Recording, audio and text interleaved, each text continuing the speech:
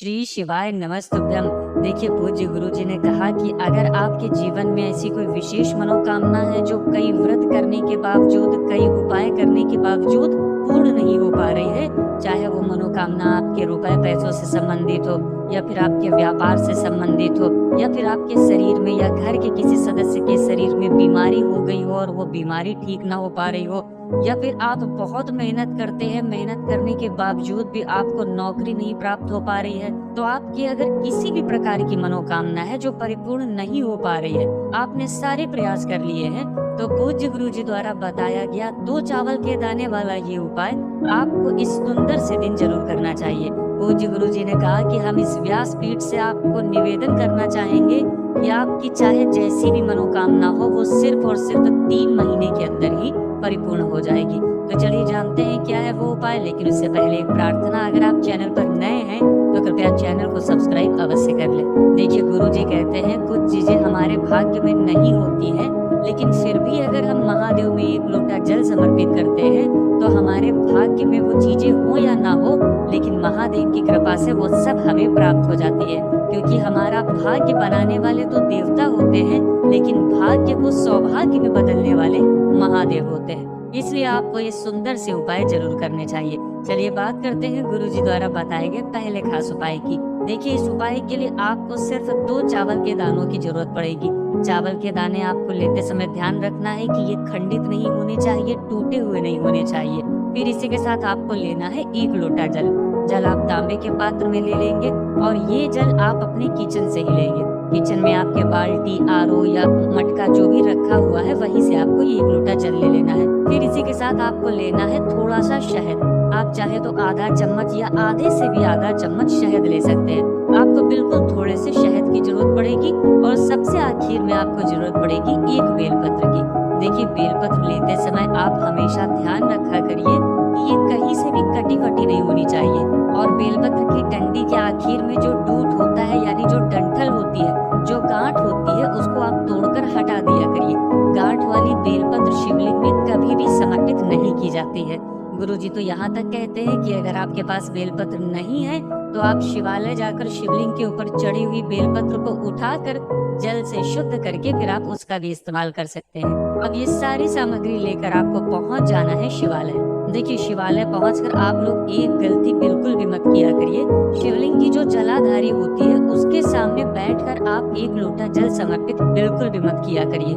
पूज्य गुरु जी हमेशा कहते हैं कि आप शिवलिंग की जलाधारी के सामने बैठकर जल समर्पित नहीं करेंगे।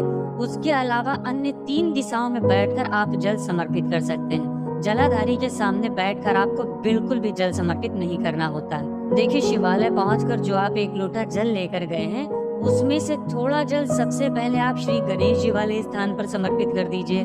फिर उसके बाद थोड़ा सा जल श्री कार्तिकेय जी वाले स्थान पर समर्पित कर दीजिए। फिर उसके बाद थोड़ा सा जल माता अशोक सुंदरी वाले स्थान पर समर्पित कर दीजिए, और फिर उसके बाद थोड़ा सा जल माता पार्वती के हस्त कमल में समर्पित करते हुए आप बाकी बचा हुआ पूरा जल शिवलिंग के ऊपर धीरे धीरे समर्पित करते जाइए, और लगातार शिव महापुराण के मूल मंत्र श्री शिवाय नमस्तुभ्यम का स्मरण करते जाइए।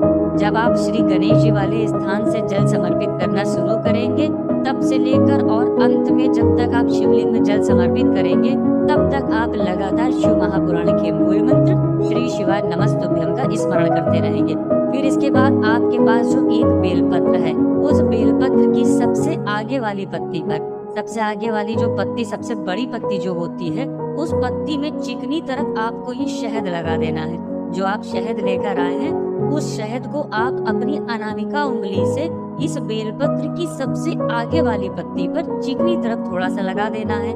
और ये शहद लगाने के बाद आप जो 2 चावल के दाने लेकर आए हैं, वो 2 चावल के दाने इसी शहद में चिपका देंगे। यानी बेलपत्र के सबसे आगे वाली पत्ती पर आपने थोड़ा सा शहद लगा दिया, और उसी शहद में ये जब चावल रखेंगे आप, तो ये दोनों चावल चिपक जाएंगे। उसके बाद ये बेलपत्र आपको अपने दाहिने हाथ में रखनी है, और महादेव से अपने जीवन में चल रही किसी भी प्रकार की समस्या को दूर करने के लिए, या फिर आपकी कोई ऐसी मनोकामना है, चाहे वो धन को लेकर हो, चाहे आपके व्यापार को लेकर हो, या फिर आपकी नौकरी को लेकर हो, या अन्य किसी भी प्रकार की विशेष मनोकामना हो, उसको पूरा करने के लिए आप महादेव से प्रार्थना करिए और फिर उसके बाद ये एक बेलपत्र आप शिवलिंग के ऊपर समर्पित कर दीजिए। देखिए इस बेलपत्र में आप जो शहद लगाएंगे वो आप अपनी अनामिका उंगली से ही लगाएंगे।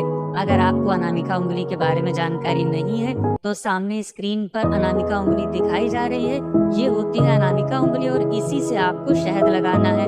गुरुजी ने कहा कि ये सुंदर सा उपाय हम किसी भी विशेष तिथि में कर सकते हैं या फिर किसी भी दिन कर सकते हैं। हम हफ्ते में किसी भी दिन इस उपाय को कर सकते हैं और ये उपाय हमारे लिए तब और भी चमत्कारी साबित हो जाता है जब हम ये उपाय किसी विशेष तिथि में करते हैं। मान लीजिए सावन के पवित्र दिन चल रहे हो या फिर सोमवार चल रहा हो या फिर प्रदोष का दिन चल रहा हो या फिर मासिक शिवरात्रि चल रही हो या फिर नवरात्रि चल रही हो या फिर सोमवार की अष्टमी चल रही हो, कोई भी ऐसा विशेष तिथि चल रही हो तो हम ये उपाय कर लेते हैं तो ये हमारे लिए बहुत ही चमत्कारी साबित हो जाता है। और या फिर हम ये उपाय किसी भी दिन कर सकते हैं। अब इसके बाद बात करते हैं पूज्य गुरुजी द्वारा बताए गए दूसरे खास उपाय की। देखिए ये उपाय उन लोगों के लिए है जिनके जीवन में कमाई कम है और खर्चे ज्यादा है। देखिए इस उपाय के लिए आपको सबसे पहले एक दीपक ले लेना है। दीपक आप मिट्टी का भी ले सकते हैं या फिर आप अपने घर पर शुद्ध आटा मारकर उसका भी दीपक तैयार कर सकते हैं। इस दीपक में आप लंबी रुई की बाती लगाएंगे और साथ ही साथ इसमें आप घी का प्रयोग करेंगे। फिर इसी के साथ आपको थोड़ा सा कच्चा दूध ले लेना है। अगर गाय का दूध मिल जाता है तो ये उपाय आपके लिए बहुत ही फलदायी हो जाएगा। फिर इसी के साथ आपको ले लेना है एक गुड़ का टुकड़ा। अगर गुड़ का टुकड़ा है तो आप गुड़ का टुकड़ा ले लीजिए या फिर आपके पास चीनी है तो आप चीनी ले लीजिए या फिर आपके पास मिश्री है तो आप मिश्री भी ले सकते हैं। देखिए अब सबसे पहले ये तीनों सामग्री लेकर आप पहुंच जाएंगे किसी भी पीपल के वृक्ष के नीचे। ये उपाय आपको सिर्फ और सिर्फ शनिवार के दिन करना है, किसी भी शनिवार के दिन कर सकते हैं। देखिए सबसे पहले आप पीपल के वृक्ष के नीचे पहुंचकर उसमें जो दूध आप लेकर आए हैं, जो कच्चा दूध आप लेकर आए हैं, वो कच्चा दूध आप पीपल के पेड़ में समर्पित कर देंगे और समर्पित करते समय आप लगातार ओम नमो भगवते वासुदेवाय इस मंत्र का स्मरण करेंगे। इसके बाद आप जो दीपक लेकर गए हैं वो दीपक पीपल के वृक्ष की जड़ के समीप में प्रज्वलित कर देंगे।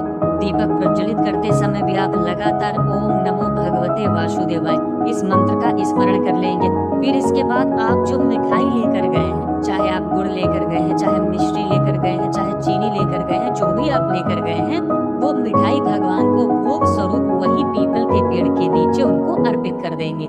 इसके बाद आप उस पीपल की परिक्रमा कर लेंगे घड़ी की दिशा में, यानी क्लॉकवाइज दिशा में आप पीपल की परिक्रमा कम से कम 7 बार कर लेंगे। गुरुजी ने कहा कि अगर हम 2-4 शनिवार को ये उपाय करना शुरू कर देते हैं तो यकीन मानिए हमारे जीवन में धन प्राप्ति के नए नए मार्ग खुलने लगते हैं। माता लक्ष्मी की कृपा प्राप्त होती है, साथ ही साथ भगवान नारायण की भी कृपा प्राप्त होती है। देखिए पूज्य गुरुजी ने कहा कि ये उपाय आप 5 शनिवार लगातार भी कर सकते हैं। तो दोस्तों ये थे पूज्य गुरुजी द्वारा बताए गए 2 बहुत ही खास उपाय। अगर आपको जानकारी अच्छी लगी हो तो वीडियो लाइक करिएगा। मिलते हैं फिर एक नए वीडियो के साथ। श्री शिवाय नमस्तुभ्यम।